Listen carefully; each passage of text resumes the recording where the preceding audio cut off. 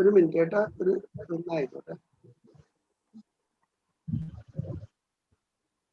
ആയിട്ടുണ്ട് സർ. ഇല്ല അത് സെറ്റിംഗ് ആയി വരുന്നത്.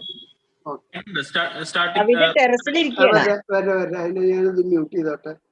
കവിത മാഡം ട്രാവലിന്റെ ഇടയിൽ റോഡിൽ ഇറങ്ങി നിൽക്കുകയാണ് മാഡം. അത് ശരിയാണ്. ടെറസിൽ ഇരുന്നിട്ടൊക്കെ എങ്ങനെ ഇതാവണം വിചാരിക്കുന്നത്. അപ്പൊ നമുക്ക് തുടങ്ങാം.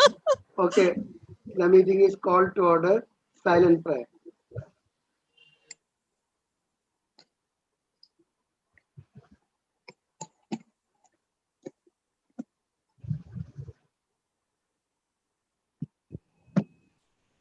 Thank you.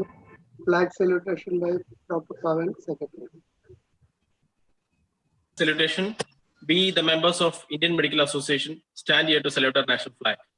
Its honor and glory shall be our light and strength, and its course shall be our course. We pledge our allegiance to it, and realizing our responsibilities as accredited members of this national organization, we swear we will dedicate everything in our power to see it fly high in the Committee of Nations. Jai Hind, Jai IMA. Now, welcome address. Abhaya, you can take off. Now I welcome Dr. Shobhana Mohandas, our chairperson, for the welcome address. This is the World Antibiotics Awareness Week, and Dr. Joy Manila and Dr. Abhaya have decided to celebrate it in Thrissur, and we welcome you all for this grand event for getting awareness about antibiotics. So I welcome Dr. Kavita Ravi, who is sitting in a place like a terrace, which is en route to her travel. With so much of trouble, she is making it a point to come and visit all of us. I invite Dr. James Chiman, Chairperson, Joint Secretary, IMA KSB. Dr. Abhaya doesn't need a welcome because she's the one who is conducting it. But still, I welcome Abhaya to meet you over the web practically every other day. Yesterday also we met, so nice to see you again. I welcome the esteemed faculties, Dr. Jija MC from the Department of Pharmacology, Idukki. I hope it's raining in Idukki. It's not raining in Thrissur at least. I welcome Dr. Soumya Ramdas from the Pharmacology Department of Government Medical College, Palakkad, one of the newer medical colleges. All youngsters, I hope. And I don't know. I also welcome Dr. Joy Manila, President, who is convening the program. Dr. Pavan is an enthusiastic Movatubura Swadeshi, but who is active in Thrissur. And of course, our guest faculty from Manipur also I welcome, and all the audience also I welcome. And I hope all of you have a very good time. Thank you, ma'am. Thank you so much. Now I welcome our President, Dr. Joy Manila, sir, for presidential address. Thank you, Dr. Abhaya. I welcome you all to this World Antibiotic Awareness Week program, which actually falls on November 18 to 24. Due to a crowded programs, we were forced to postpone to today. I mean 30th. At least we could conduct it, organize it in this one. എല്ലാവരും ഒന്ന് mute ചെയ്യാമോ? എല്ലാവരും mic on ആണ്. One minute.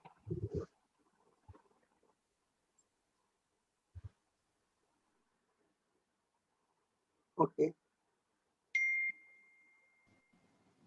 So coming back to that topic. So we are supposed to celebrate observe it today, 30th of the same month. But anyhow, we could conduct it in the same month, even though it is the same, not on the same day. I welcome our today's, our State Joint Secretary, Dr. Jain Chinman, Chief Guest, Dr. Kavita Ravi, who will inaugurate the function, Secretary Dr. Pavan, and WDW Chairperson, Dr. Shobhana Mohandas, who did a wonderful job yesterday in the Ping Health Mission. and our vibrant convener of WDW, Dr. Abhaya. Nobody needs any more introduction. And our I'm seeing Senior Vice President Dr. Santosh Babu and past State President Dr. Devadas. Devadas sir, I welcome you. Today, I mean, we are conducting this program even though it is a bit late. It's World Antimicrobial Awareness Week. It aims to increase awareness of global microbial resistance and to encourage best practices among the general public, healthcare workers, and to the public and to the policy makers to avoid further emergence and spread of drug-resistant infections. We were getting antimicrobial resistance occurs everywhere. Very often we are forced to invent newer and newer antibiotics, and we are going to reach in a stage of stagnant. We don't know how far where we will go and set up. So irrational use of antibiotics led us to this stage. So to make an awareness on that, World Antibiotic Awareness Program is being conducted all over the world, and I invite you all to this program. Now I invite Dr. Kavita Ravi to inaugurate the function. Over to you, Dr. Kavita Ravi, Chairperson, WDW IMA Kerala State Branch. Thank you, sir. The respected branch president of IMA Thrissur, Dr. Joy Manjula, sir. Chairperson of WDW, Shobana Madam. Mid-zone Joint Secretary, Dr. Jane Chimman, Dr. Pavan, Dr. Abhaya, Devdas, sir. My dear friend and today's guest speaker.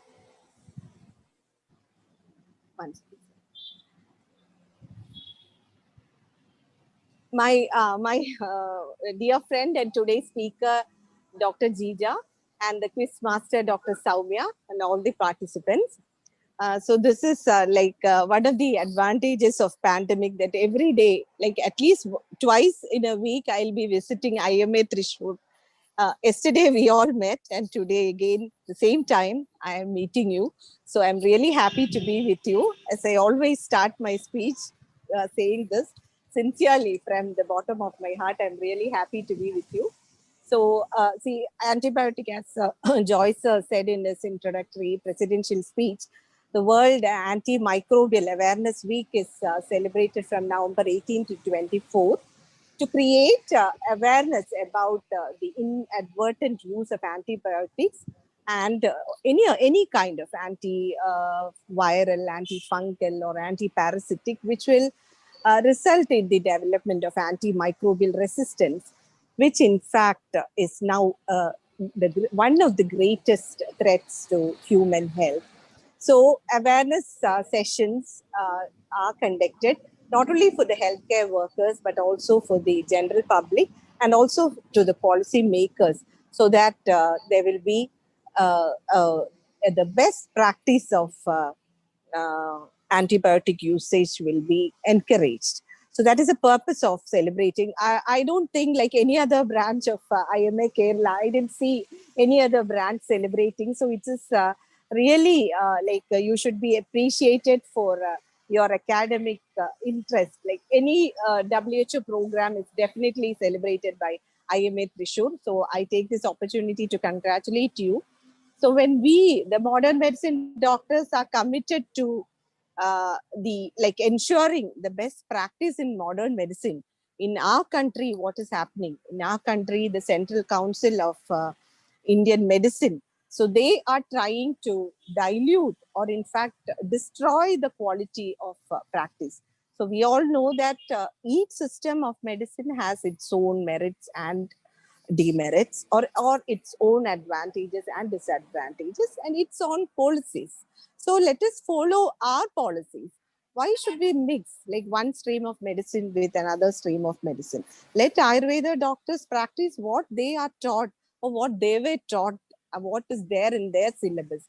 Why should they start encroaching onto the modern medicine areas? So it is not their problem. It is in fact the regulatory body under the Ministry of Ayush.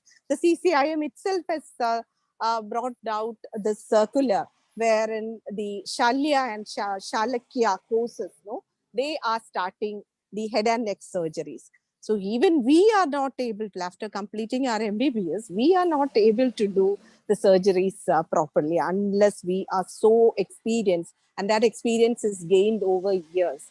So what we can do, like I have attended the state working committee and also a national WDW meeting where our national president was also there.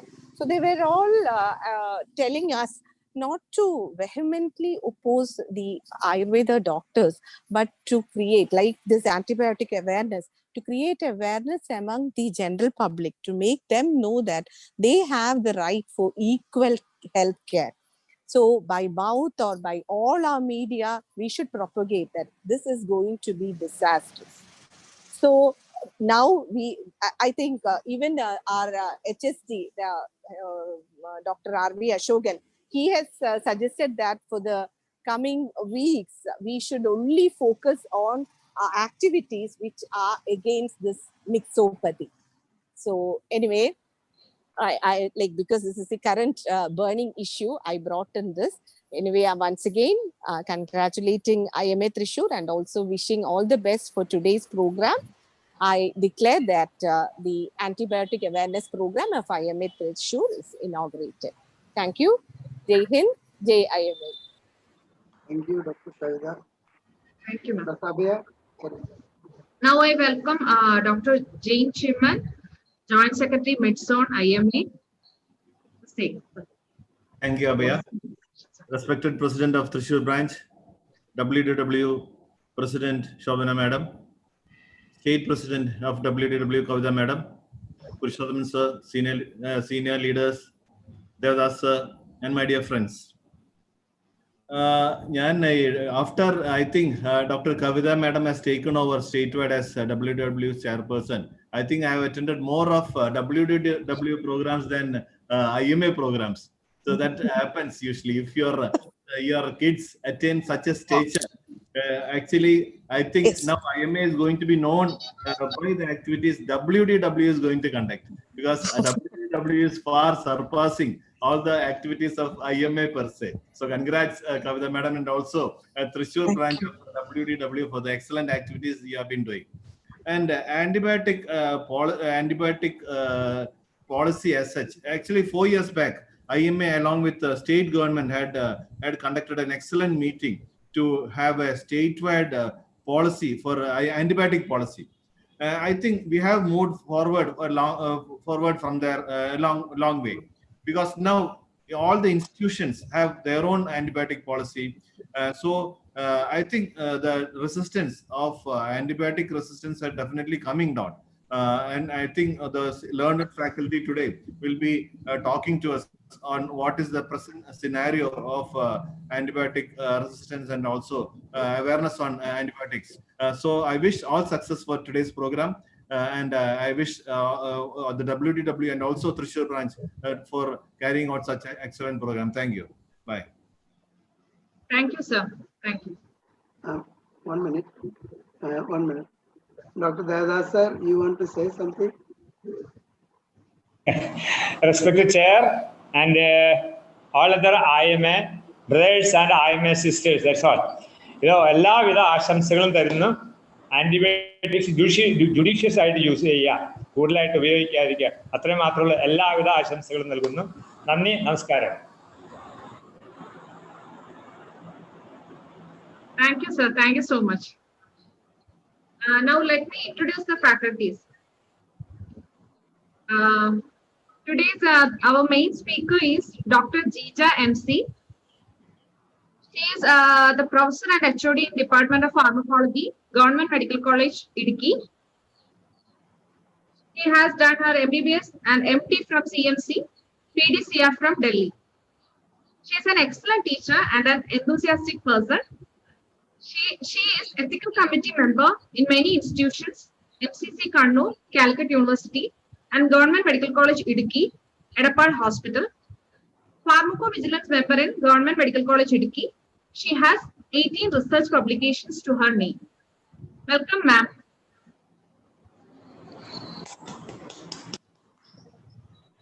Can I Shall share we? my screen? Slide share. Idea. Are you audible? Yes, audible.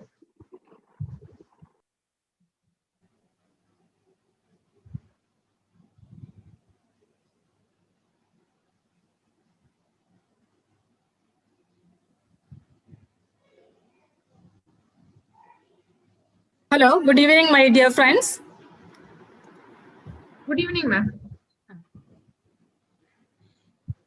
First of all, I sincerely express my sincere thanks to inviting me for this webinar. And also, I congratulate the organizing members for arranging such a important topic like antimicrobial resistance in association with World Antimicrobial Resistance Awareness Week. So thank you once again. And again, I take this opportunity to thank my dear friend Jugendra from Manipur also. Happy to see you in this meeting, Jugi. Okay. Thank you. Thank you so much. Thank you so much. So now we can move towards the topic. My topic today is antimicrobial resistance, way forward. Okay, so you can say the World Antimicrobial Awareness Week, the main aim of this week is to increase awareness of antimicrobial resistance and also to encourage to do best practices among general public, health workers, and policymakers to avoid further emergence of resistance and spread of drug-resistant infections. So the slogan for this 2020 is the antimicrobials handled with care, and this is for all the sectors. You can see the change, World Antimicrobial Awareness. Previously, it was World Antibiotic Awareness Week. There's a change from antibiotic to antimicrobial. So this antimicrobial means it covers all the sectors, not only the human sector. Okay, so the executive committee of the three organizations, mainly World Health Organization, then World Organization for Animal Health, then Food and Agriculture Organization of United Nations. These three organizations together change the focus from this antibiotic to antimicrobial. And also they fix the week, that is starting from 18 to 24 November 2020 onwards. We are going to celebrate November 18 to 24 as the World Antimicrobial Resistance Awareness Week. Okay, and here I have already mentioned the slogan, that is for all sectors, antimicrobials handled with care, and theme, that is mainly for human sector, health sector, that is united to preserve antimicrobials.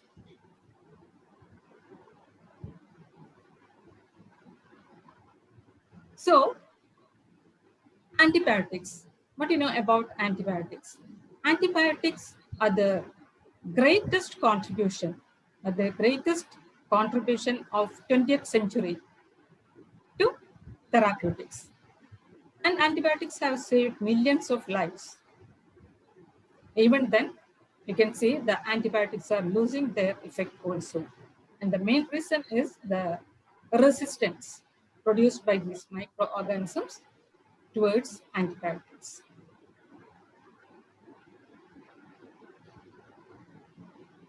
So let us check the history of antibiotics. You can see the first antibiotic, penicillin. Penicillin was first discovered by Sir Alexander Fleming. It was in 1928. And the production of this penicillin, commercial preparation of this penicillin only took place on 1940. That is by Chain and Florey. And the antibiotic penicillin was named as a miracle drug or a wonder drug. That was after World War II. And for this discovery, Sir Alexander Fleming, Chain and Florey, together they got the Nobel Prize. And during this Nobel Prize acceptance speech itself, Sir Alexander Fleming mentioned about the resistance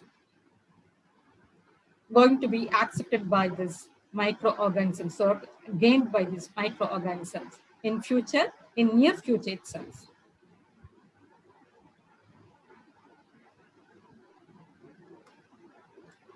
After, that was in 1928, commercial preparation 1940. Thereafter, for the next 3 decades, there are plenty of antimicrobials were developing. More than 100 molecules were developed. But that was from 1970 to 1987. But from this 1987 onwards, the pace slowly declines. So what happens is, after 1987, till now, there was a gap. And that gap, there was discovery void. We can say that there was discovery void phase or level or area like that. Because no other class of molecules, important molecules, were developed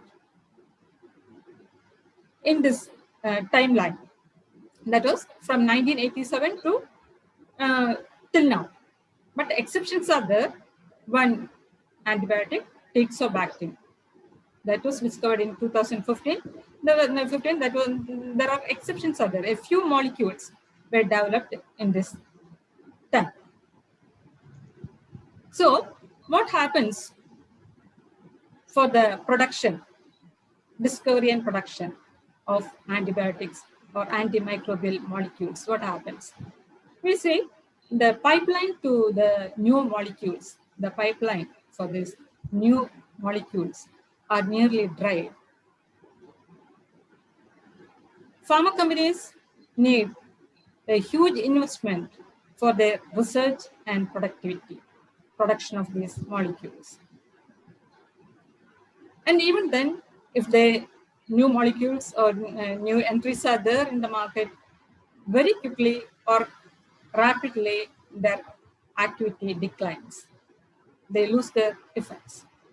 So what happens is, for the last 10 years, even though new molecules are emerging into the market or launching into the market, out of which only 1.7% were the antibiotics or antimicrobials. So what we need to do is, we need to protect the remaining molecules or guard it, the remaining molecules, from becoming to the resistant molecules. By the remaining few molecules, we must protect and safe to the safety, because the next phase we are going to see is antimicrobial resistance. Molecules are gaining rapidly. They are acquiring resistance very quickly. So coming to the antimicrobial resistance, what happens? Resistance, you know, that is previously sensitive microorganisms. They are totally ineffective, totally resistant towards medication. And it is a matter of great public health concern and a global threat to human health. And this chronic resistant infections contribute to increasing healthcare costs. Out of pocket expenditure will be more, and there will be increased mortality and morbidity with resistant microorganisms. And India is the one country where the antimicrobial resistance is on its peak when compared to other countries. And even though this antimicrobial resistance was in and out of our country, largely antimicrobial resistance, AMR, has a low priority area, has been put in a low priority area. The problem is not uncovered. Until 2009, 2010, there are very few studies regarding this AMR, and published work are very less. And also nationwide surveillance studies are also less. So what triggers the unmasking of this AMR? In 2009, that was the discovery of New Delhi metallo-beta-lactamase enzyme 1. See, it was discovered in 2009 and reported in 2010. Until then, this AMR was masked. So, New Delhi metallo-beta-lactamase enzyme, the new entry, revealed the burden of antimicrobial resistance. And you can see, apart from this, and it was seen in a Scottish patient. It was recognized after surgery from New Delhi. So there are a lot of cases like that. See, MDR tuberculosis. Reported cases are more than 44 lakhs of reported MDR TB cases are there annually. And 1.5 lakh death also is there. XDR tuberculosis, extensively resistant tuberculosis, also are increasing. It is spreading in more than 64 countries in the world. And most of the organisms are attaining resistance towards these antibiotics. You can see this is a chart showing the prediction for 2050. You can see in 2050, complete 100% AMR resistance is going to be seen. Doubling up of the resistance, that is totally 100%. And in post-antibiotic era, we can say that this era is, we can divide into pre-antibiotic, antibiotic, and post-antibiotic era. I have already mentioned about the discovery void phase after 1987. So in post-antibiotic era, hardly any promising agents are in the pipeline for common multi-drug resistant nosocomial organisms. That is grouped under acronym ESCAPE.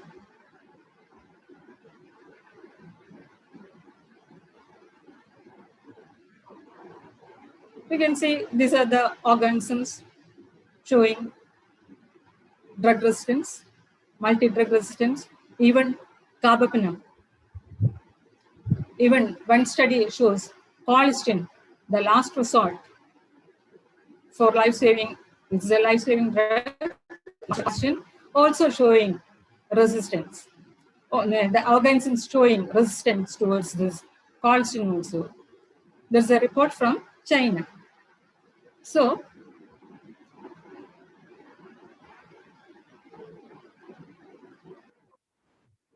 and the same thing, the organisms that are showing AMR, superbugs. We can call an organism a superbug if it contains more than one resistant gene. We can call it as superbugs. Gram positive, gram negative organisms are there. MRSA, VRSA, then metallo-beta-lactamase producers, carbapenem, that is Klebsiella pneumonia carbapenemase. All these are coming under this superbugs. So this post-antibiotic era, the world is going to sit on a cusp. World is going to sit on a cusp of post-antibiotic era.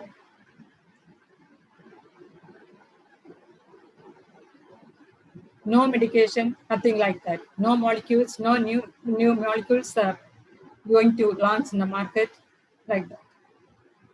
So this is the timeline of antibiotic resistance. You can see in 1940, penicillin. Very quickly, penicillin-resistant Staph aureus, you can see.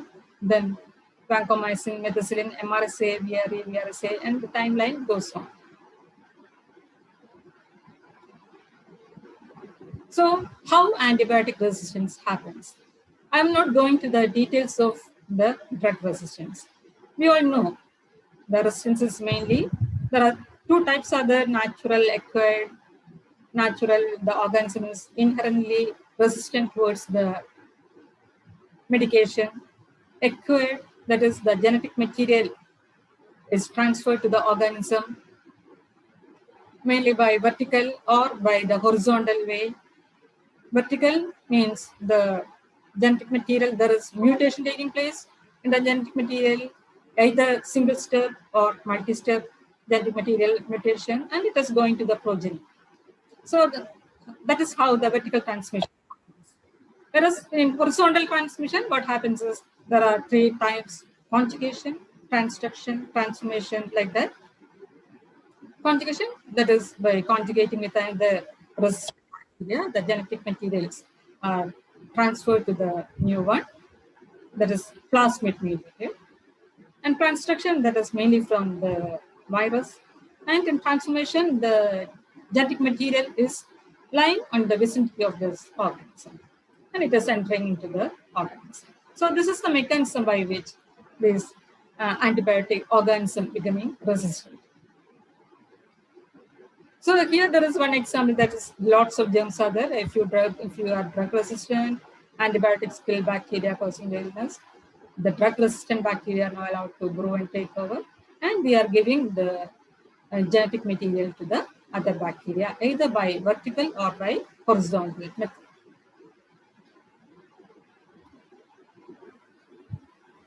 So these are the causes of antibiotic resistance, that is overprescribing, that is misusing of antibiotics or antimicrobials.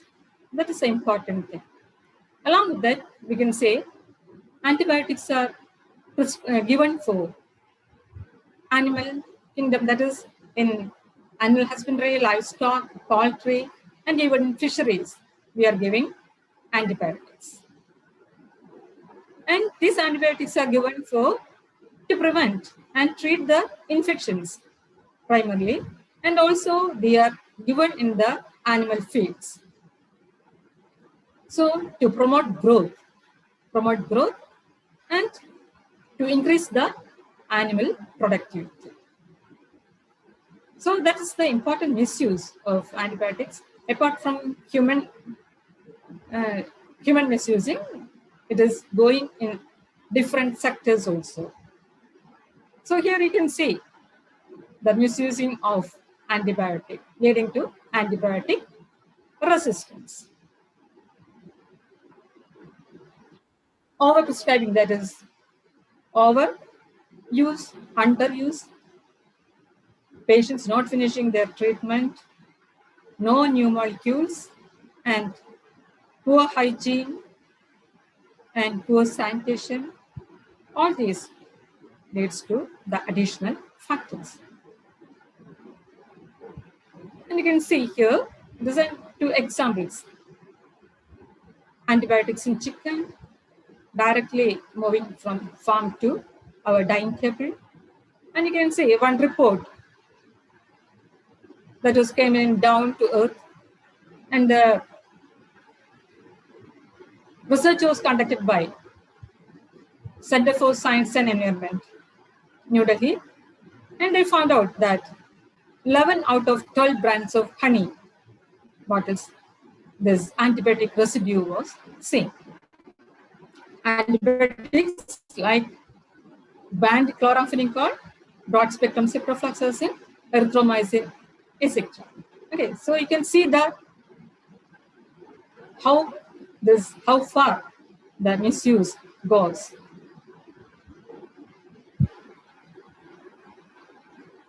And these are the few slides that shows how this antibiotic resistance spreads. It is already mentioned. And again, this is a cycle showing antibiotic resistance cycle. That is, when you are using increased antibiotic, increased resistance strains are the increased mortality, more antibiotics are needed, prolonged hospital stay.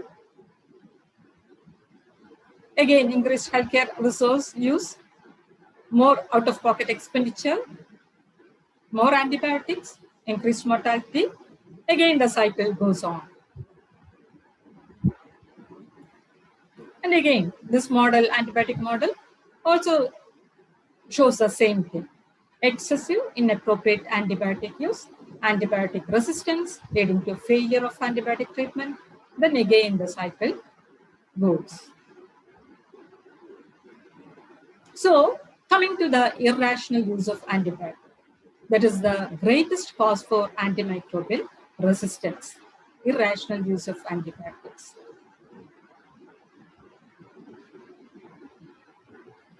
In irrational use of antibiotics, there was a study that was published in Lancet journal, that is in August 2014.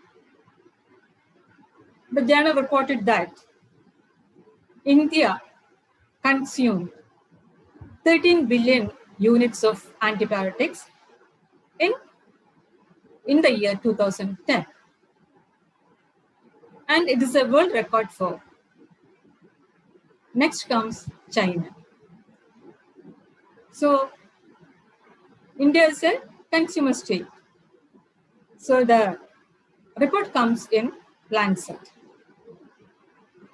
And you can see when you take this drug utilization study, it was conducted in India. You can see the utilization pattern from 2005 onwards. It is increasing very quickly. And the topmost comes cephalosporins. About 60% increase in sale of cephalosporins at a time. And ampicillin and cotrimazole is not seen in this chart. And quinolones also, it is again a new molecule. Quinolones are also seen. So India is a consumer state, I have already mentioned. The disease burden, bacterial disease burden of India is high. Bacterial disease burden is high. And the antibiotic consumption also is high. And similarly, what happens is the resistance, AMR, also is at its peak in India. But some paradox you can see in, I have said that the bacterial disease burden is high in India. So even though we are taking antibiotics, the number one killer in children is pneumonia, and the death is mainly due to lack of antibiotics. So it's a paradox because we are the country consuming this much too much antibiotics, but the death is mainly due to lack of antibiotics. So it is a paradox. And these are the prescribing determinants that results in irrational prescription of antibiotics. That is, lack of appropriate knowledge is there, lack of trust or delayed lab results are there, desire to meet patient demand to satisfy the patient requirement, fear of clinical failure, economic incentives are there, inadequate drug supply, peer norms, imitating the seniors, marketing influence, and the usual traditional beliefs about antibiotics. And in a study, again, about 45 to 80% cases of common flu or with the acute respiratory infection or diarrhea, usually viral origin, antibiotics are prescribed. So that also comes under this. So these are the prescribing determinants for irrational. So irrational prescription of antibiotics is the main culprit behind the development of AMR. So these are the things I have already mentioned. And use of antibiotics with no clinical indication. Just for viral infections, we are giving antibiotics, broad spectrum antibiotics when not indicated, and inappropriate choice of empiric antibiotics. Frequent changes of antibiotics, giving suboptimal doses, not completing the course of treatment, and prescribing antibiotics without draining pus or removing foreign bodies.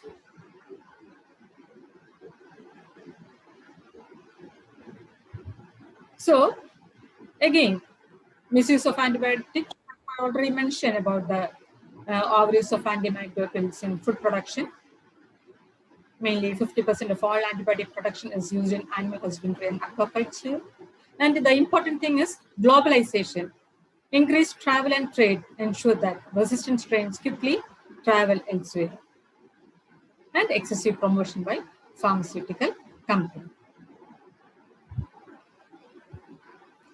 So you can see 50% of antibiotics are prescribed inappropriately. So inappropriate, irrational use of antibiotic results in AMR, apart from the animal, plant sectors. So how to prevent AMR?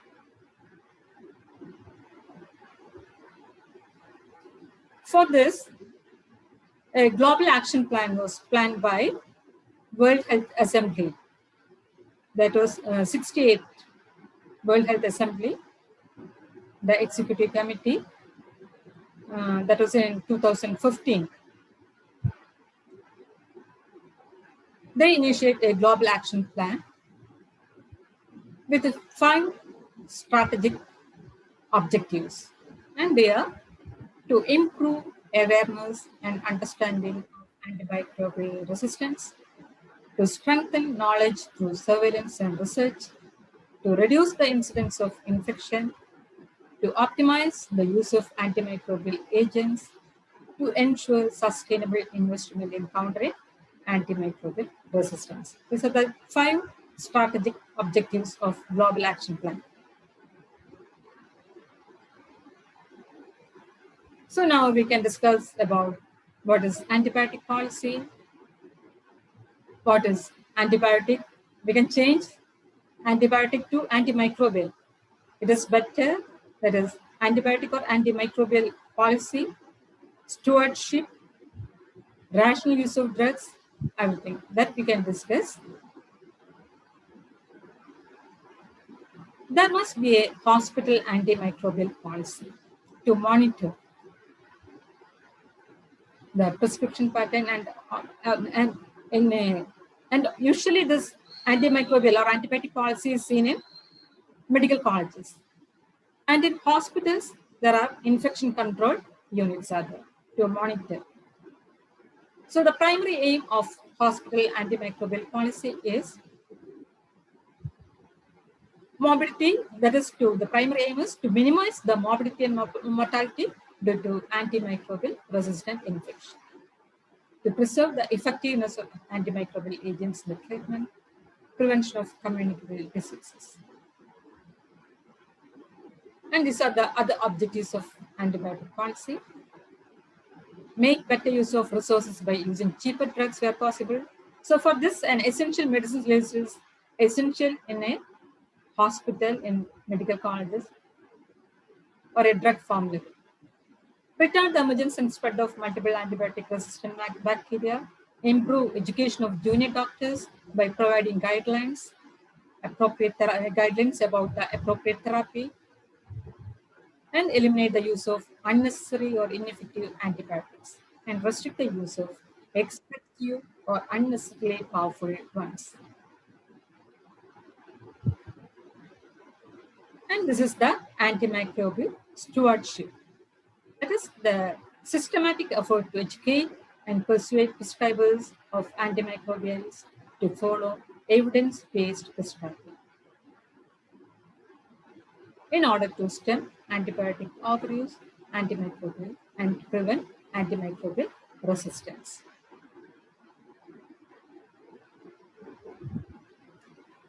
So, coming to the essential medicines list, WHO essential medicine list, it is a necessary tool for this antibiotic policy, antibiotic stewardship, infection control, infection monitoring team, everybody, and an institution, hospital, the tertiary care hospital, like medical colleges, everywhere, this essential medicine list is important.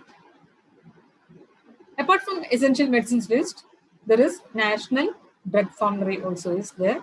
Individual countries, they are forming this drug formulary, they are on. And this WHO essential medicine list, first published one is in 1977, and the latest, that is 21st essential medicine list, was released in 2019.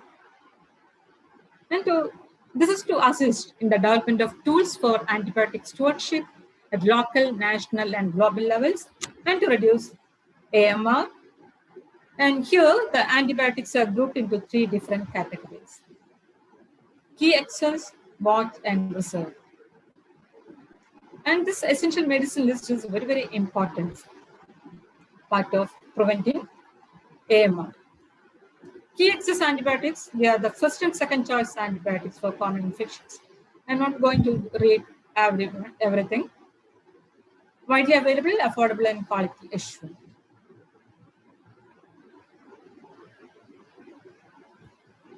Watch group antibiotics prescribed only for specific indications.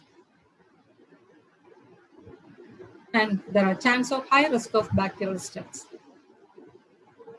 They include quinolones, third generation cephalosporins, carbapenems, vancomycin, teicoplanin, etc. Nowadays, carbapenems are available only in tertiary care centers and medical colleges. I have already mentioned about the resistance developed against carbapenem also. And reserve group antibiotics. These are the last resort options for serious life-threatening infections, multi-drug resistant organisms. Again, here also comes colistin, aztreonam, linezolid. And again, for colistin, even though it is the last resort, reported cases from China against colistin also resistant organisms are there. And this is an antibiotic monitoring form. This is also essential part of this antibiotic policy, stewardship, and infection control monitoring team in hospitals, etc. A monitoring form is essential. Here, everything we can record. Which antibiotic, whether the patient is having more than one antibiotic, is it necessary or not, like that.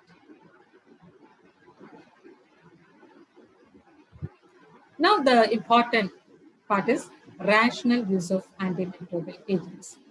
Irrational, we have already discussed the rational use of antibiotics. There comes everything, overuse, misuse, not sufficient low dose, that is, we are underuse. Everything we discussed in, and again, the other sectors, animal, fisheries, everything we discussed in irrational use. Rational use of antimicrobial agents is very, very important. And this is the golden rule of right. Everything you start, you have to add right in front of it. Even we can add right in front of a patient or in front of a doctor, we can add right. Everything starts with right. So when we consider about this, right drug, right patient, right dosage, right frequency and duration, and right cost. That means you have to use the most effective, least toxic, and least expensive antibiotic, and the precise duration time needed to cure or prevent infection.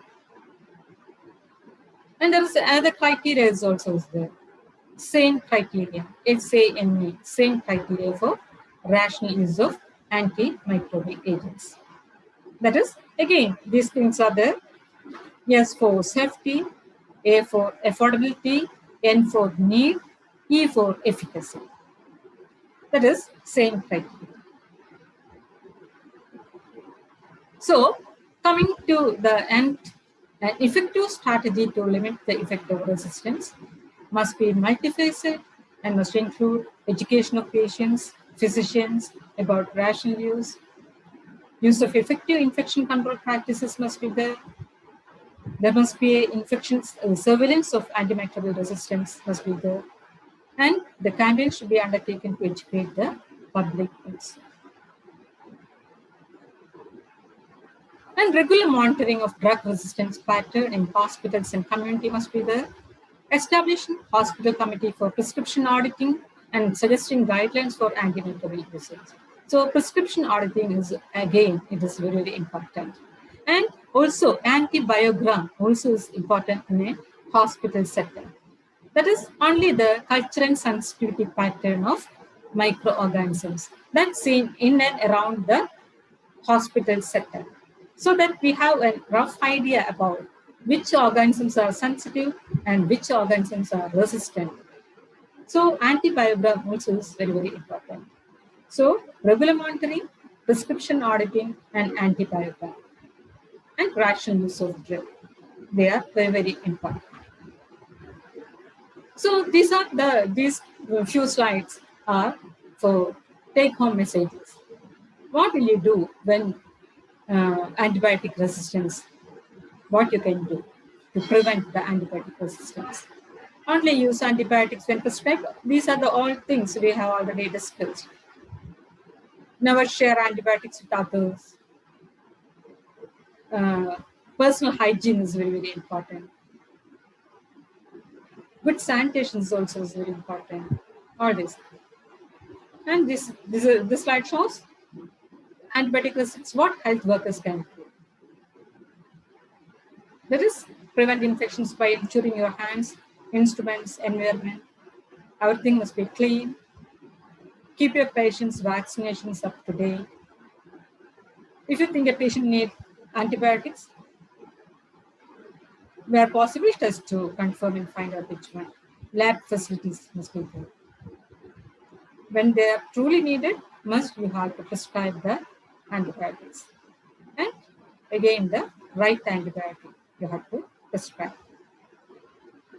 And what about the policymakers can do? There must be an action plan, national action plan. That is the antibiotic policy or antimicrobial policy, antibiotic stewardship, like that we have already mentioned. Surveillance system must be there for antibiotic resistant infections. strengthen infection prevention and control measures, regulate and promote the appropriate use of quality medicines, make information on the impact of antibiotic resistance available. Make information. Okay. So these are the take-home message, that is, in agriculture sector, what we can do.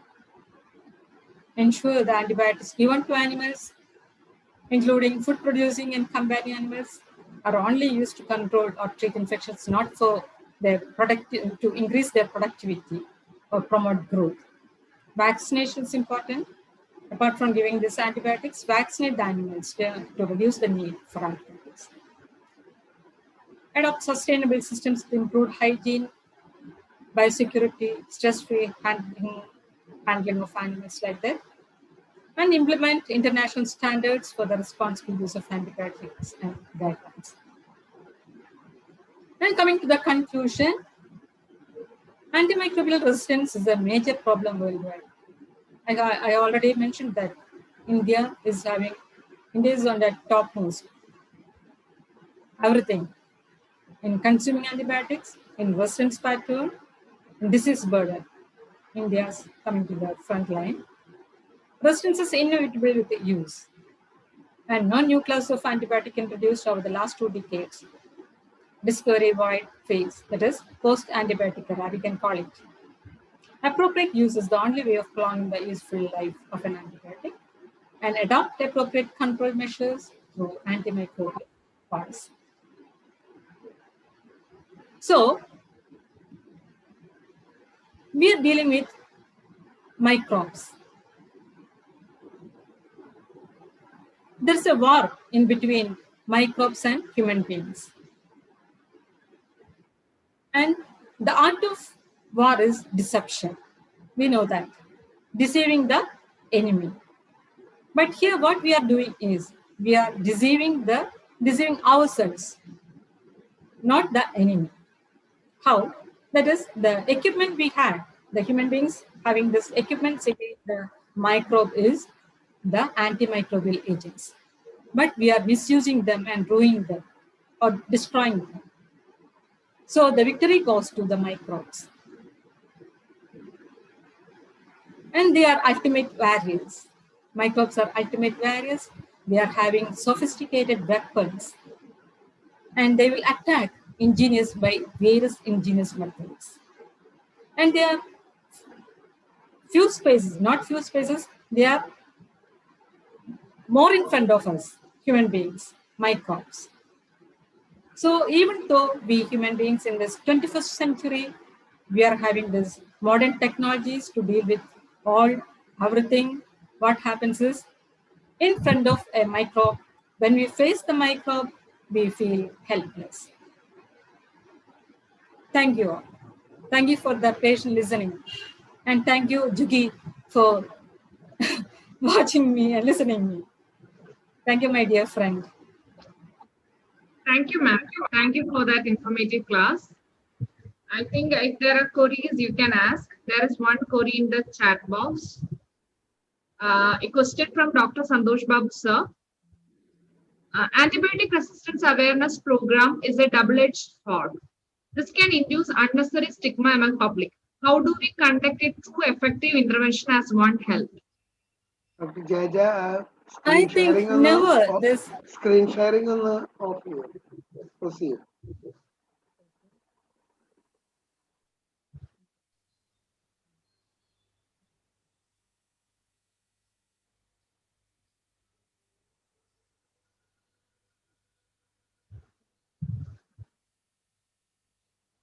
Thank you.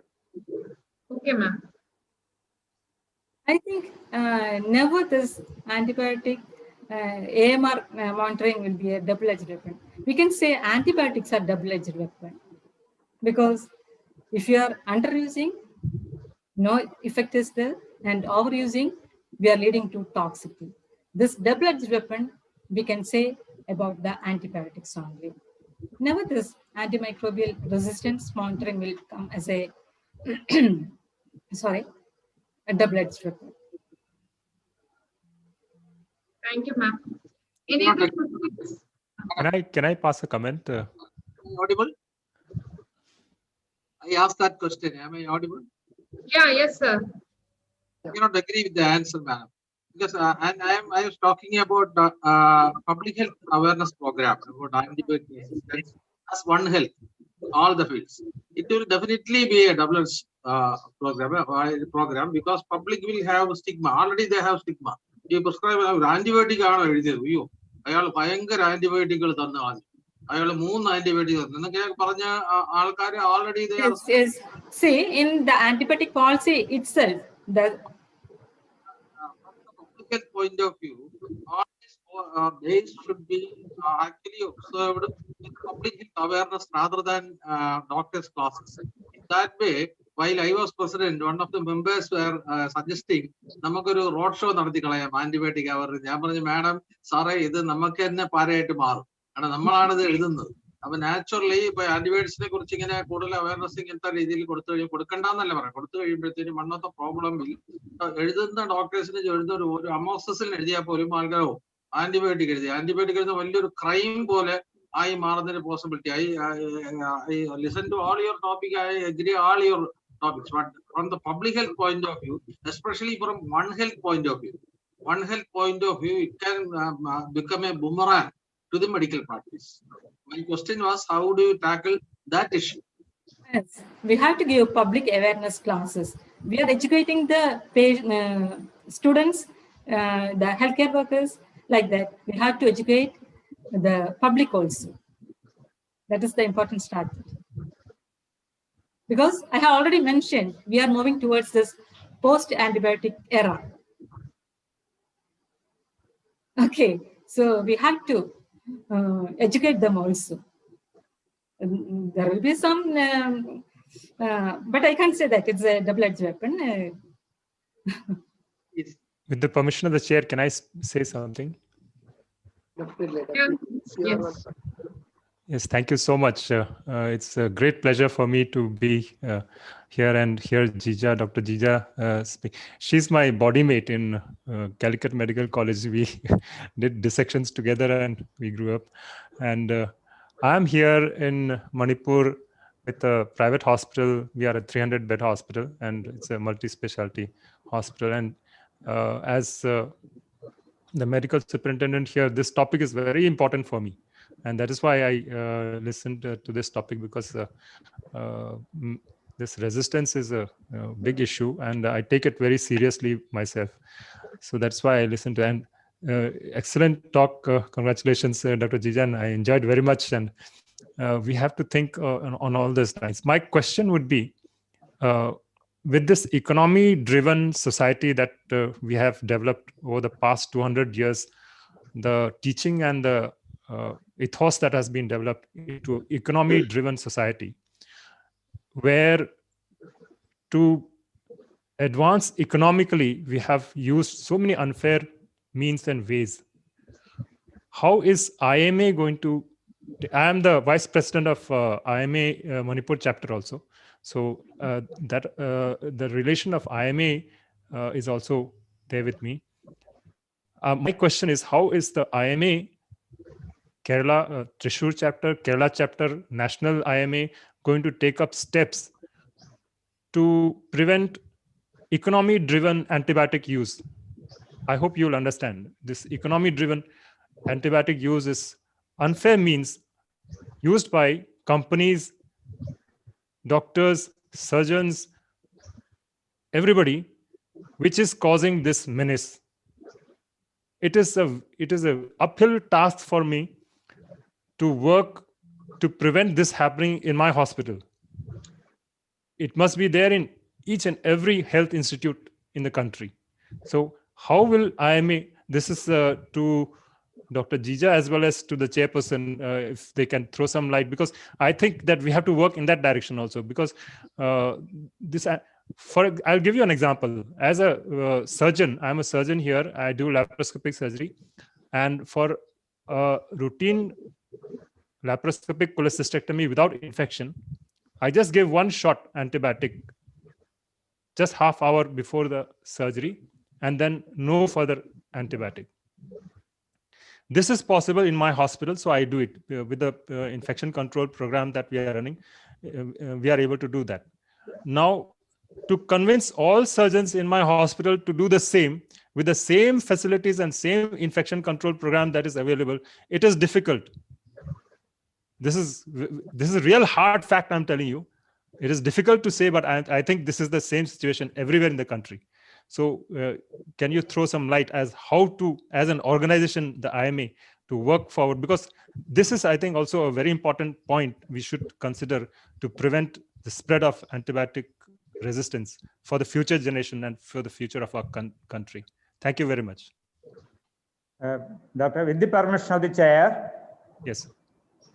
Doctor said that, can you, or from IMA side, I can say one slogan: always strive to maximize the rational use of antibiotics, not to rationalize the maximum use of antibiotics.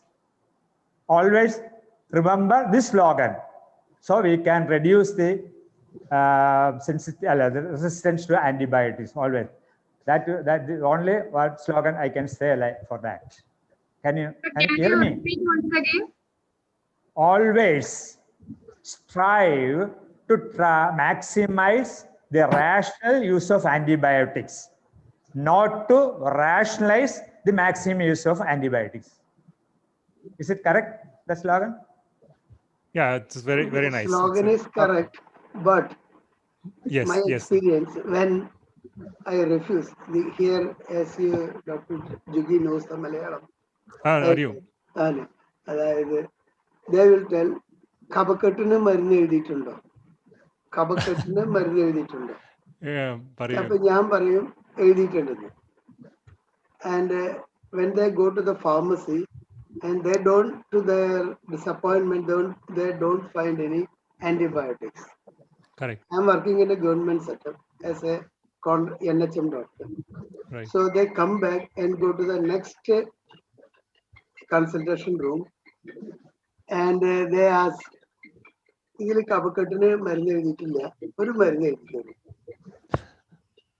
true. Because if you don't write antibiotics, they will get it from the pharmacy. So that is the truth, reality.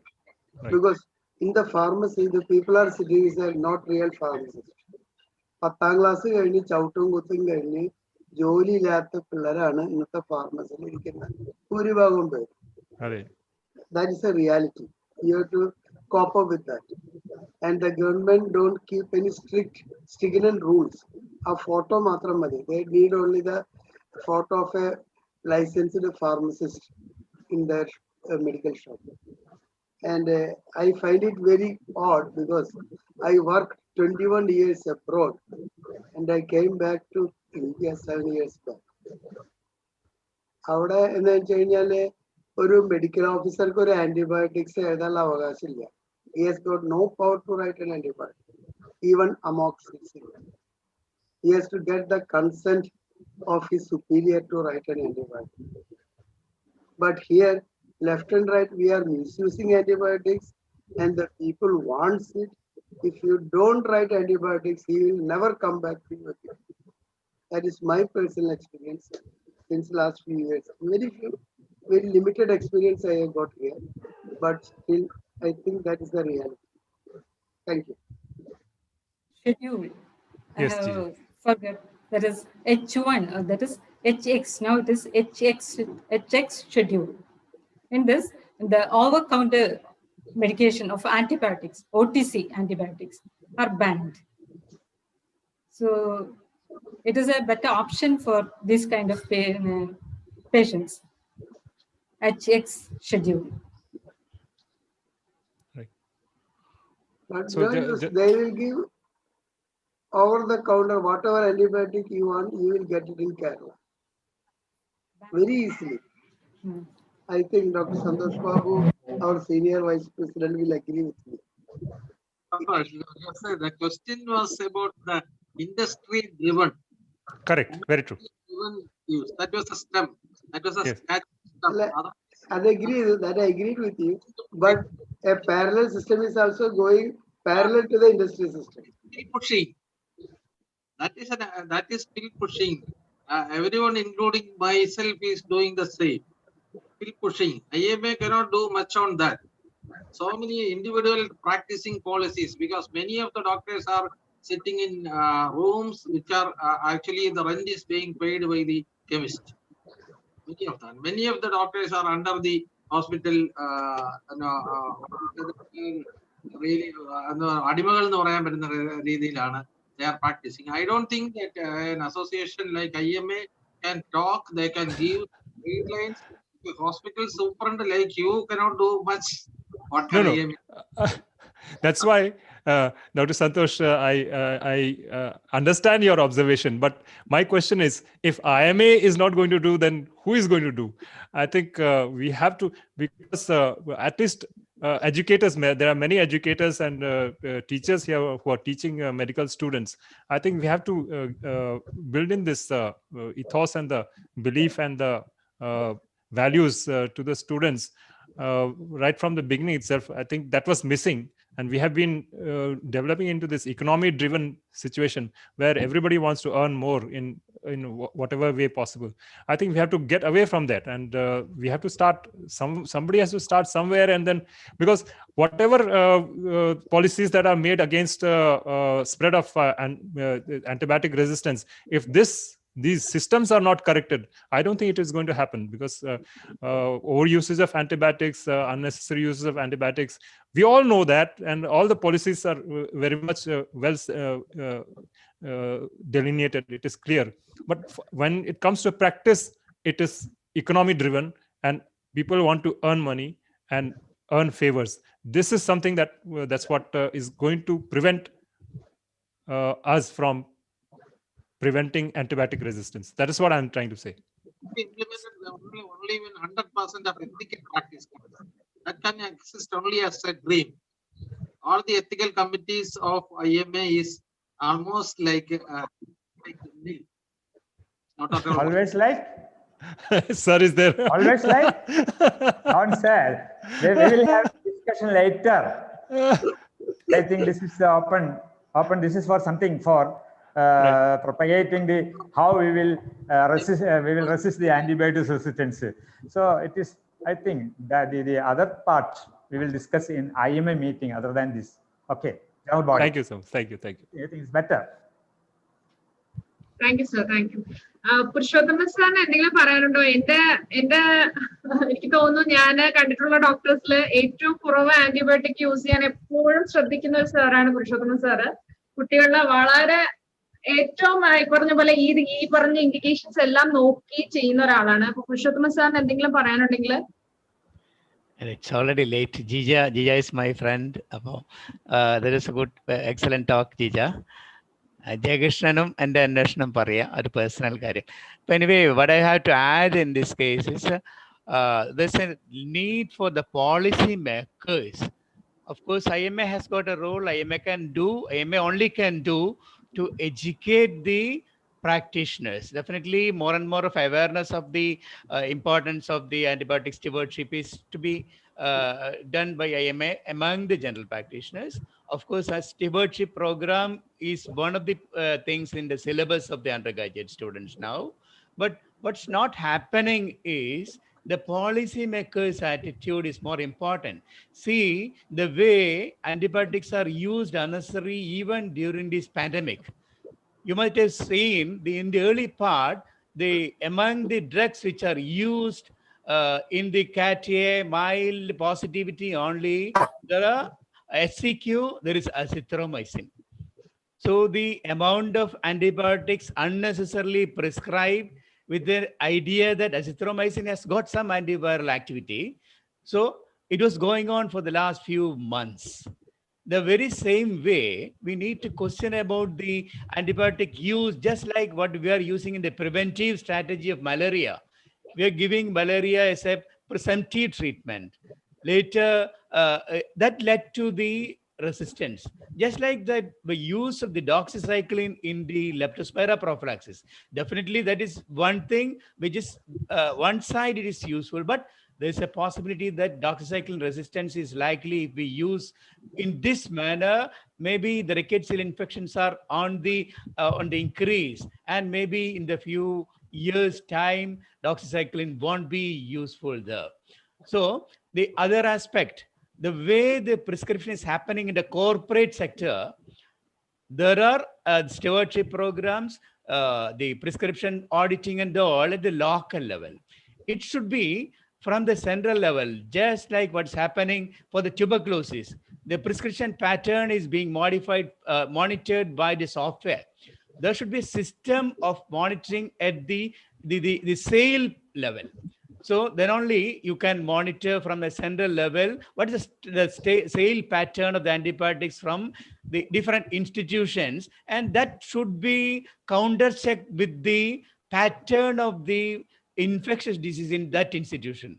Maybe a corporate sector, the pharmacy, you can assess from a distance at the central level the pattern of antibiotic prescribed and sold in that pharmacy, and counter check with the pattern of the illnesses and infections in that institution and the procedures. So then only you can say a corporate sector doing all sort of the major infections, they can also afford to have the reserve group of antibiotics, definitely. But is it a justifiable range? So there should be an auditing system at the central level. That is one thing to be stressed. Another very important thing is, again, there's a need for more and more the softwares in the microbiology labs. The microbiology sensitivity pattern and the antibiotics and the prescription pattern is to be counter-checked. There's more and more role for these newer technologies to be instituted. It should come in a combination with the what's going on. So then only you can say the prescription pattern of the higher level people doing are justified or not. So these are all needed, and the policymakers should be convinced. Whatever we talk at the scientific level, experts, even when experts are aware of this thing, the policymakers are the deciding people. What is happening in the COVID is this clear-cut example. The drugs which we all know are not of use, including the remdesivir, the HCQ, these are not needed, all of us know, but that is being prescribed. At the entry point in the CFLTC, what you are getting is a few vitamins, you are getting HCQ, you are getting zinc. Is it justified? Is it needed? So nobody is there to convince them the scientific basis. It's not happening. So there's a role for IMA and the experts like the pharmacology department or whoever is they should have a say. They should, the politicians or the policymakers should give value to the words, and without that's the present situation is they are deciding without consulting. We don't have much of a role. That these things, all these things should change over time. That's my comment. Thank you, Jija. Thank you, sir. Thank you. Now let's move to the much awaited quiz, I think. Let me introduce the quiz master, Dr. Soumya Ramdas. She is MBBS, MD Pharmacology, both from Government Medical College, Thrissur, doing PG Diploma in Bioethics from PSD, Coimbatore. Now she is working as lecturer in Government Medical College, Palakkad. Her areas of interest include bioethics, clinical research and medical education. She owns a YouTube channel, OTP, One Touch Pharmacology, intended for undergraduate and postgraduate students from medical field. Welcome, Dr. Soumya. Thank you for the kind introduction, Abhaya. I hope I'm audible. Yeah, audible. Thank you. I would like to thank IMA Thrissur and Women's Doctors Wing for inviting me. I'm sure all of you must be tired by now and hungry. So I'll keep my quiz short. So shall we start? Yeah. Okay.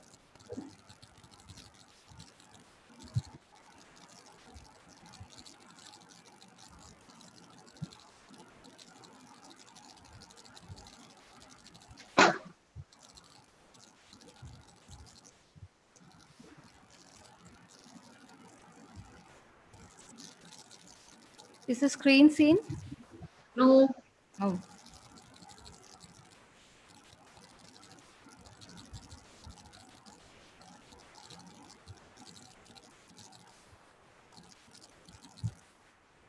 Now?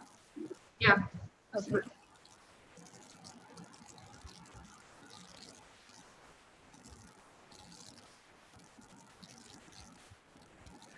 So we'll start. So probably Abhaya can look into the responses. Maybe you can type in the chat box. I'm not sure how it can be done because I can't see the screen and the participants. So that's I what. think even they can unmute and tell no, because only 24 Yeah. are. Okay. Yeah, that's fine. Okay. So this is the first question.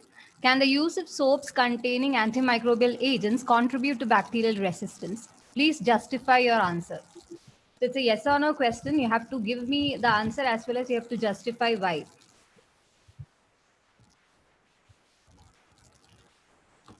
So we have 5 seconds for you to respond because we need to keep the time period short.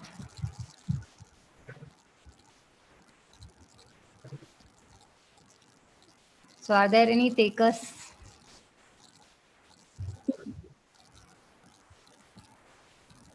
No. No. Who told no? It's because the contact time is so short, no? Okay. Any other difference of opinion or answer? No, and very low I dose hope of Teja ma'am antibiotics. is not answering because she would be knowing all the answers. I think it will lead to resistance. So please justify your answer. It will affect our normal barrier, no? Our flora. Okay. So so I'll come to the right answer here. Right answer is of course yes. Yeah. So, you're partly right. So triclosan was a antimicrobial agent that was introduced in 1970s in United States. Basically, it was used to, it was introduced to be used in the surgical scrubs in the surgery department to reduce infection of decolonization of methicillin resistant staph aureus. But what happened later was it was introduced in a variety of personal care products, right from your soap, toothpaste, and even mouthwashes. And what happened in all these personal care products, the amount of the antibiotic or the antimicrobial agent, that is triclosan, is subtherapeutic. So this led to antimicrobial resistance. Okay, so that was the reason it was banned in 2016 by United States to use triclosan in this personal care products. Okay. And apart from that, it's also believed that it can cause hormonal dysregulation, immune system dysfunction, and even carcinogenesis. So next time you buy a toothpaste, just check whether it has a antimicrobial agent. Okay, so we move on to the next question. So does the food that people eat contribute to antimicrobial resistance? Please justify your answer. So we have two justification other than all other questions are MCQs. Okay, after this. So again, we have 5 seconds. No, from Purushottam sir. Yes, from my side. You have to justify also. കാരണം Jeeja madam പറഞ്ഞതിനനുസരിച്ച് antibiotics use ചെയ്യുന്നുണ്ട് ഈ poultry അതിലൊക്കെ അപ്പൊ അത് നമ്മുടെ ഇതിനെ ബാധിക്കും. Yeah. So what happens is we have widespread and indiscriminate use of antimicrobial agents in the animal husbandry industry. And what they say is if you use antimicrobials, the meat mass would increase. So they just use it left and right without any reason. And what happens is, and because of this, there is wide range of bacterial resistance in the animals. Okay. So what happens is when people who handle, these meat, raw meat, and if you eat uncooked or undercooked or raw meat, what happens is these bacteria also enter into your system. And don't think that if you are a vegetarian, you are spared.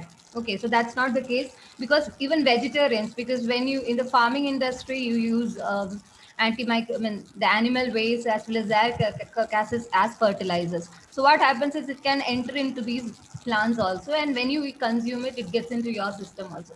So that is why we have to have some regulations to stop use of antimicrobials without any justification in this industry. So the right answer is yes. Fabia, again, I give you full marks for this. And even water, okay, even water when we drink, because animal waste can enter into the water body, and if you drink that water also you can get. So anybody, not even vegetarians, are spared. So that's the thing. The next question, third one, in which of the following Olympics superbug was isolated from the beaches, or it was a river where rowing events were to be conducted? Athens, Beijing, London, or Rio de Janeiro? Your time starts now.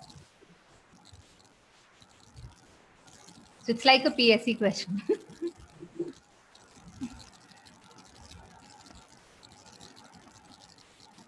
So any takers, you can make a guess, wild guess.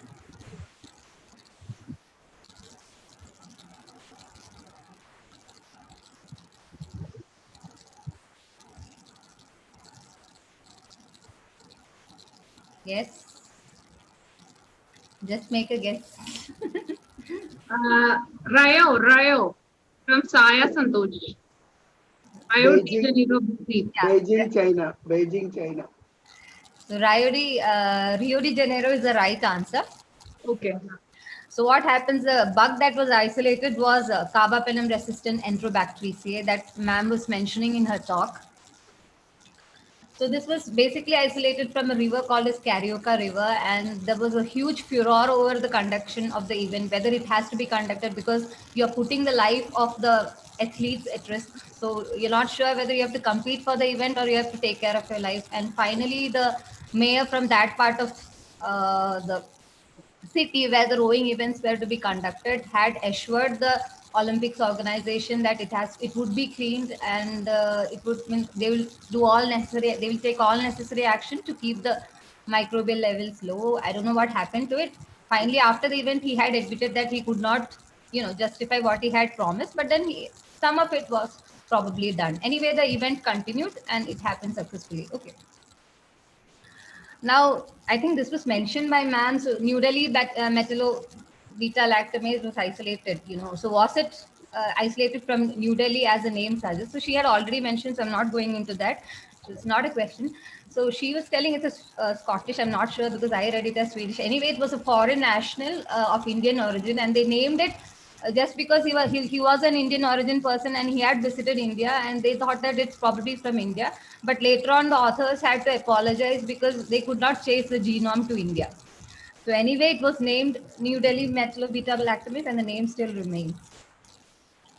So the fourth question, which of the following blood cultures most likely represent a contaminated sample and does not mandate an antimicrobial therapy?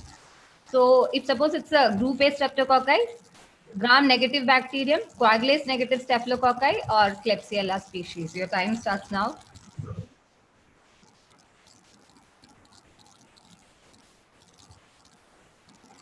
So out of this, which would be, probably you'll think that it's a contaminated sample. So that is my question. Most likely to be a contaminated, not necessarily, but most likely to be. Answer is C, from many. Yeah, that's the right answer. That's a coagulase-negative staphylococci because it's a natural inhabitant of the skin. So that's the right answer. Congratulations. Now the fifth question. A post-operative patient developed septicemia and was empirically started on combination chemotherapy by a resident doctor. The patient was not responding to therapy even after 72 hours. So it was found that the combination started by the resident doctor was mutually antagonistic. What could be the combination that was given? Vancomycin amikacin, cephalexin gentamicin, penicillin chloramphenicol, or ciprofloxacin piperacillin? Your time starts now. So out of this, which is a mutually antagonistic combination? B, D. Yeah. Any other response? C. C. C. Okay. Yeah. That is the right answer. It's penicillin plus chloramphenicol, because it's a combination of a bactericidal and a bacteriostatic agent. And penicillin is basically being a bactericidal agent. It basically acts on rapidly multiplying organism, whereas a static organism, static antimicrobial, what it does is it will prevent or inhibit the multiplication. So when you combine a bacteriostatic and a bactericidal agent, what happens? Bacteriostatic would inhibit the multiplication. So normally your cidal agent would be the one who would be acting on the rapidly multiplying organism. So the effect of cidal agent is negated. That's why the combination becomes antagonistic. Okay. Purushottam sir has commented something. We were giving CP chloro for meningitis for years. But this is what is being said, sir. I don't know about it, but this is what being said in the pharmacology textbooks, that you should not combine a cidal and a static agent. But then we still continue to give, aminoglycosides, but aminoglycoside anyway, it's a static agent, though it's a what do you call, protein synthesis inhibitor. But this is what is being said. So basically, probably you will be able to say more because you are a clinician, you have so many years of practice. But this is what is being said in the textbooks. It should not combine. So we'll move on to the next question. Which of the following cephalosporin does not require dose reduction in renal failure? So all of them are cephalosporin, cefuroxime, cefoperazone, ceftazidime, and cefotaxime. So which of this cephalosporin you will not require, you will not A, reduce the dose? A, C, B ano? A, C, some two. All the options. B. Dr. Pranav told A, Dr. Purushottam told ceftazidime. I will choose B. Yeah, the right answer is cefoperazone. Both ceftriaxone as well as cefoperazone are excreted in bile. All other cephalosporins are excreted renally. So you would probably require a dose reduction in renal failure, but for cefoperazone and ceftriaxone, since they are excreted in the bile, you don't require a dose reduction. So 7th question. We have only 12 questions, so don't worry. So which of the following should be monitored if linezolid is given for more than 14 days? It's a very easy question. I think all of you would be able to answer. So that's B. Dr. Purushottam. If you give it for more than 14 days. 14 days. Is it B? B. Any other takers? B.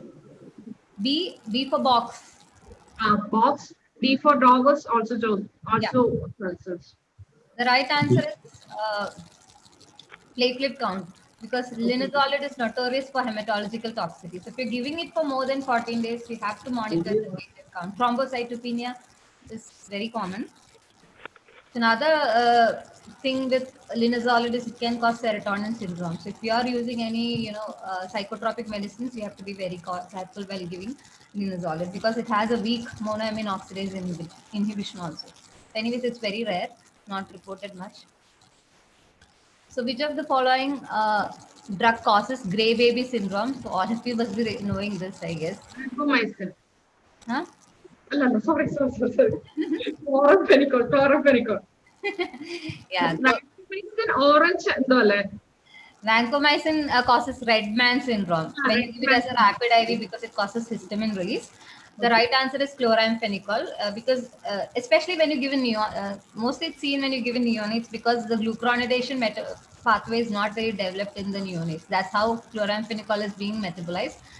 So that is the right answer. It can cause gray baby syndrome. Vancomycin causes red man syndrome. Okay.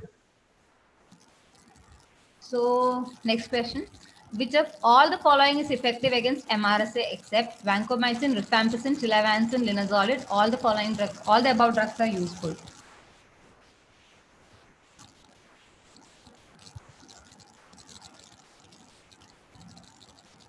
Purushottam sir told E. E for elephant. Yeah, all the above drugs are useful. All of these drugs are being used in methicillin-resistant staph aureus. Okay. Next question.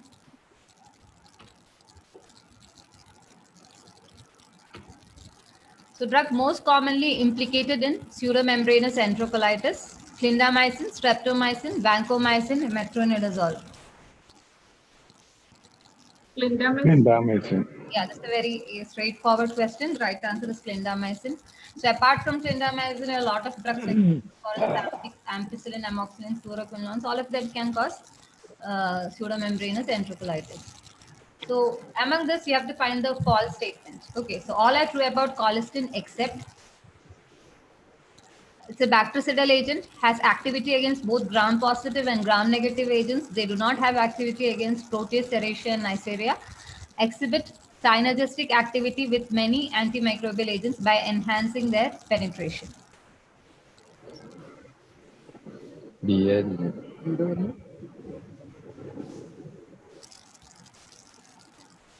Yes.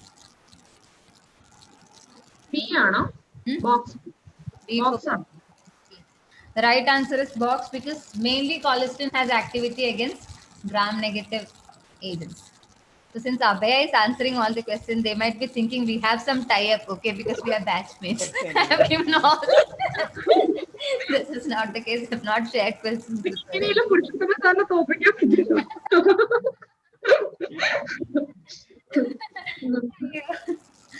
Okay, this is the last question. Antidepressant that can reduce bacterial resistance: nefazanone, mirtazapine, tianeptine, sertraline.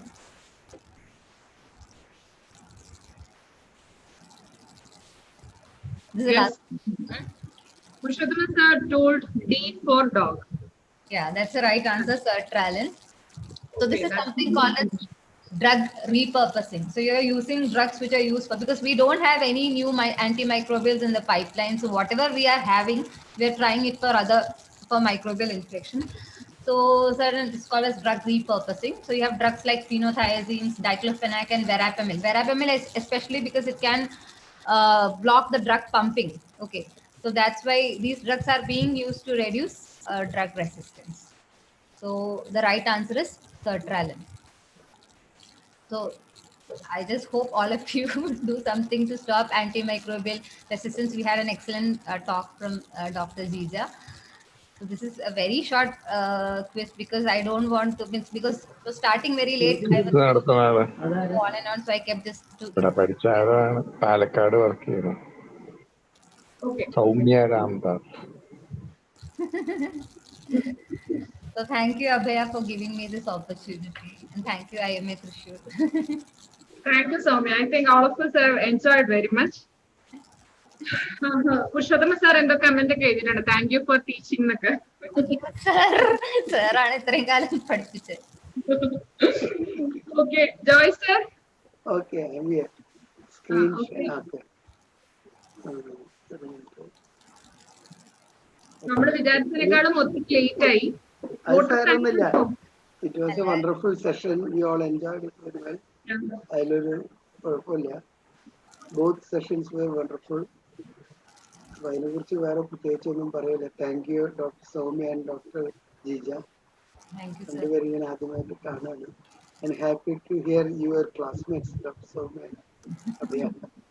Yes, yes. And Jija madam was our teacher. Okay, എന്തൊരു adjustment ഉണ്ട് ഒന്നുമില്ല. പുരുഷോത്തമൻ സാറിനെ തോൽപ്പിക്കണമെങ്കിൽ എന്തെങ്കിലും adjustment ഇട്ടിട്ടില്ല. Because I know him very well. Balance തെറ്റിച്ചാണെന്നാണ് എന്റെ സംശയം.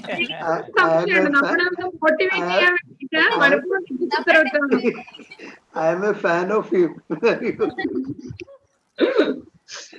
Anyway, now I invite Dr. Abhaya for the vote of thanks.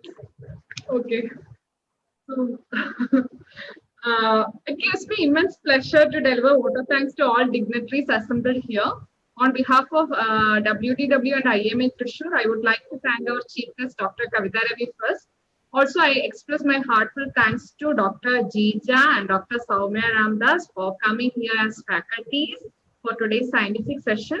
I also thank Dr. Jane Chimman, Dr. Joy Manila, Dr. Shobana Mohandas, Dr. Pawan Madhusudanan, Dr. Devdas, Dr. Purushottam sir, and even I think the doctor from Manipur, I can't get his name, and all the other doctors, I think Jugindra,